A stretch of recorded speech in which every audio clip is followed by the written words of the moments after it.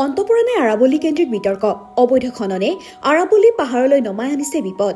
শেহতীয়া সময়ছোৱাত আৰাবলী বিষয়ত দেশজুৰি সৃষ্টি হৈছিল এক প্ৰতিবাদমুখৰ পৰিস্থিতি। তাৰ মাজতে এতিয়া আৰাবলী সন্দৰ্ভত গোচৰৰ শুনানি গ্ৰহণ কৰিছে উচ্চতম ন্যায়ালয়ে।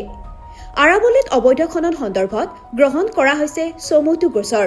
অহা 29 ডিচেম্বৰত অৰ্থাৎ সোমবাৰে উচ্চতম ন্যায়ালয়ত মুখ্য ন্যায়াধীশ বিচাৰপীঠে এই গোচৰৰ শুনানি গ্ৰহণ কৰিব।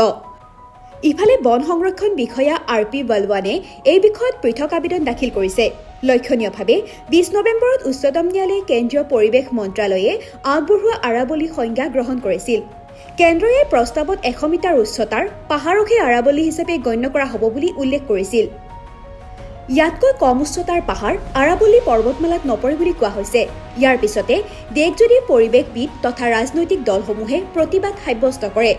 তেওঁলোকে আৰাবলীৰ 90% পাহাৰৰ উচ্চতা 100 মিটাৰৰ তলত বুলি যুক্তি দাঙি ধৰে আৰু ইয়াৰ ফলত আৰাবলী প্ৰায় সম্পূৰ্ণ ধ্বংস হ'ব বুলি দাবী কৰে।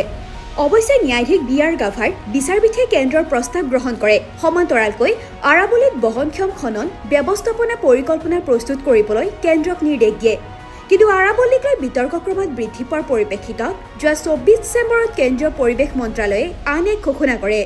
কেন্দ্ৰৰ এই ঘোষণা অনুসৰি দিল্লীৰ পৰা গুজৰাটলৈকে সমগ্ৰ আৰাবলী ক্ষেত্ৰত নতুনকৈ খননৰ অনুমতি দিয়া নহ'ব।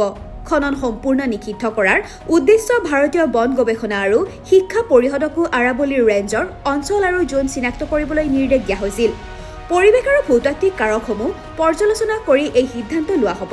News desk report, TV9 Assam.